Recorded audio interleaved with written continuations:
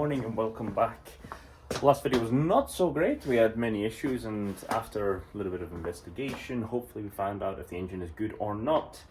Luckily, I think, or I'm hoping that it's some idiotic thing that I've done, or I'm routing a pipe wrong or something, but we will get into that into this video.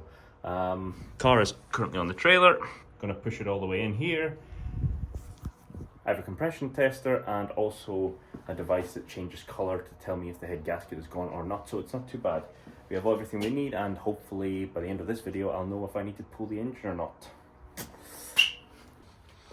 That's a lovely sweat pan, and look who's here, my father Melvin.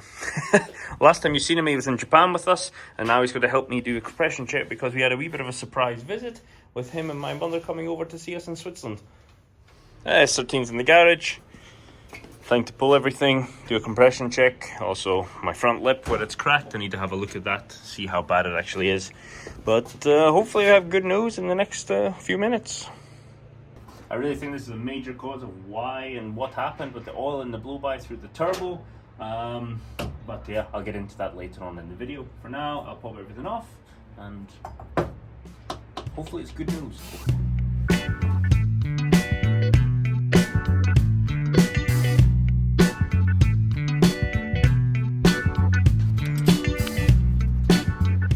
Definitely a bit on the darker side, but it was running rich and horrible.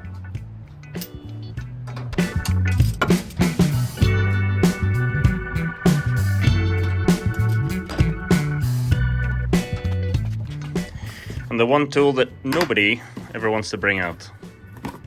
Ooh. Compression checker. So hopefully it all reads fine.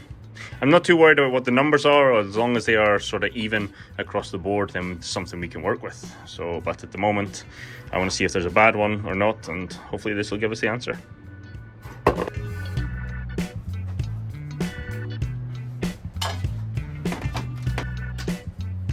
Everyone's connected up. Got my dad in the driver's seat. I'm going to go switch the power on. Also unplug the fuel pump so that it doesn't force any fuel in, and then we'll get to it. So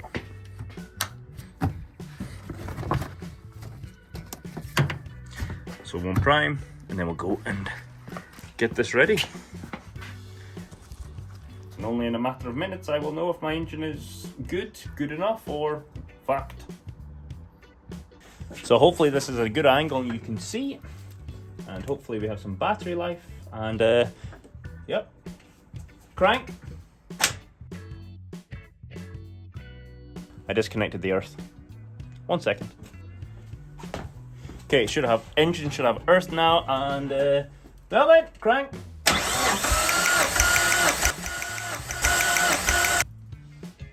I should probably disconnect the coil packs as well, because they're sparking away. Let me do that quick. So it's 8.7 bar. Yes, bar. So I'll convert that into PSI and put it along the bottom of the screen. We'll do cylinder 1, and then yeah, we'll have the rest. Cylinder 2. Well, crank. 9.2. Cylinder 3. 9.5. And the final cylinder. Melvin, crank. Yep. 9.1. So at the moment we have a range from 8.7 to 9.1. No, I'll correct on the screen what the range was. With the numbers, thought we'd try and do cylinder 1 again. Yep. Well, it didn't change, so 8.7 it is. So with those numbers, it's not catastrophic, and it is a built engine with forged pistons and rods. I struggle to speak again. So the compression will be a wee bit lower. They're all within 10% of each other, so the 9.5 being the largest, 10% of that being 0.95. You take that off and it's 8.7 is more than high enough. Obviously the 8.7 is less than ideal, but at the same time it's definitely not any reason why I shouldn't get this car mapped. And the most important thing is I should not be pulling this engine, which is that's the main goal here. Even if the compression starts going low, and if in power vehicles, he always told me if they have a low compression engine, you just whack the boost up and compensate, and it works quite fine. He did it in his practice car for years, and he still pushes us all around the track with it. So That's a big plus. Now my next thought is to get all the intercooler pipes off and check the intercooler. Maybe we'll pull the bumper off so I can get a good look and see about how much oil is in it. I have a theory of why, and also been helped out by some of you guys in comments, but I will talk about this soon. As said, compression is good enough. Now I'm going to pull the bumper off so we can get at the intercooler piping. Going to remove all this, clean all the oil out of it, and then it will head up to Rafi's when I go collect my knuckles, which we're taking to Japan. The JZX knuckles that I'm be trialing out with hopefully some success, and if they do work out, then they will be for sale on the website as well, which is also coming. And luckily I have this one here that's going to help me out with it this week, and maybe I can even get the point where the hoodies and all the little bits and pieces are on the website. But don't hold me to that for now. So now I will drop the camera down the floor, we'll pull off the bumper, get all these intercooler pipes off, and then go from there. Hopefully there's no other horrors. But so far so good.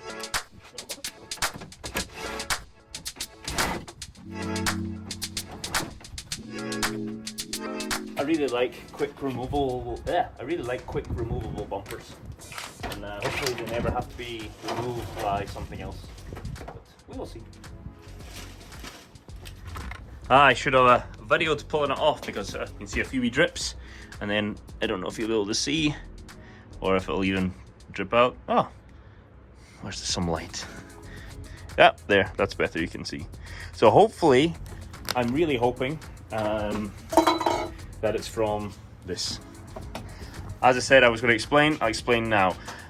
In a previous video there was a comment and then asking me about this setup, because it's wrong, because it basically creates a pressure chamber, a pressure vessel, and will not let anything breathe. I did respond to this comment saying that yes, I know it's wrong, but in the end I will modify it so that I do not have this problem. With the brake master cylinder issue, with the brake lines and everything, and the stress of getting ready for an event, I ended up forgetting about this. And to be honest, if it wasn't for the comments in the comment section and some friends from Australia, that from Team Cheam, that mentioned it, I probably would have forgot about it and been chasing my tail, and then ended up in a very similar situation again. So this created the pressure, had nowhere to breathe, pushed it through the breather and the rocker cover into the crankcase, and then it overpressurized everything and pushed oil throughout the turbo seals. I am hoping, because it's a strong Gredi, because we like Gredi here, and it's a general bearing turbo, that it's strong enough and it will be okay. But worst case scenario at the moment, it looks like a rebuild turbo, but even that is not definitely on the cards. It's looking up. So that's all the intercooler pipes off, and yep, they all got to Rafi. He will put some more beads on the outside, or on the edge of the tube. This is what we had. We were hoping it would be enough. You know, just enough to grasp and not let the hose go over, but yeah, what we will do is we will add some more, maybe just 4 big blobs, one here, one there, opposite sides in the corner. As I would say, a corner, but there's not really a corner of a circle, is there? Ooh. But yeah, they'll get done. We'll get rid of this problem, and then we will sort all the other issues. Oil in the intercooler, there's a little bit of residual, but then on the intake side it is bone dry, and you can't really see, but take my word for it, she's good. So far, good news and not terrible news. What we'll do next, or what I will do next, is I will pull off the intake pipe to check the turbo, and then I will start the removal of this so that I do not forget again, because I do not want another disaster, and I do not want to throw my toys out the pram again. Or more, throw the intercooler piping across the pits, because it's not a very good look, not very professional. Apart from that, I will say this has given me a wee bit of a buzz and motivation, and well, once we come back from Japan, it's going to be all guns blazing again and get this up and going, and to re-attempt an afterward drift before we head the long distance to France, because this is what we're going to do. As I said, the breather setup is wrong, because it's basically a pressure vessel, pressure chamber, and it's causing everything to go down to the crank. I also mentioned that I knew about this problem, and what I wanted to do, I wanted to keep these two routed here because it looks pretty, and then put a vent somewhere else. But this is not going to happen, and before I forget, in the meantime, I have a lovely T-piece that I think will work well there for now, and this way I can fix it and it'll be good enough, and then I don't have to forget about it.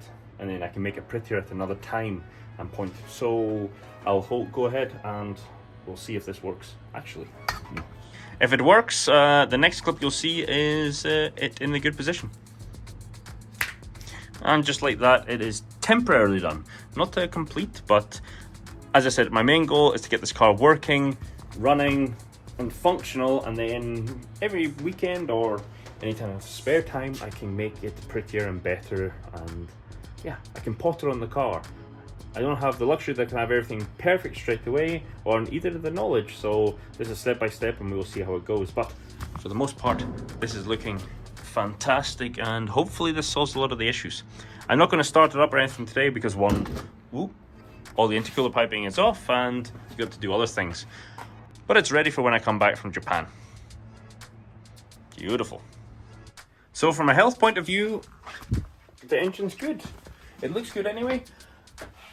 Big sigh of relief from me, but also I think if I had a bit more patience and thought about it a bit better, I would have came to the cause of the problem at the drift day.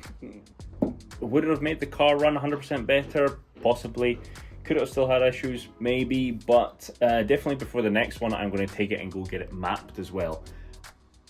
It's had a health check. Now it's better to get the map done. It's been 5 years. Intercooler piping's changed, exhaust has changed, other things have changed, and we're in a different country. I don't know if the elevation is different from the UK or wherever, but anyway, just to be on the safe side, I'm going to go get it done.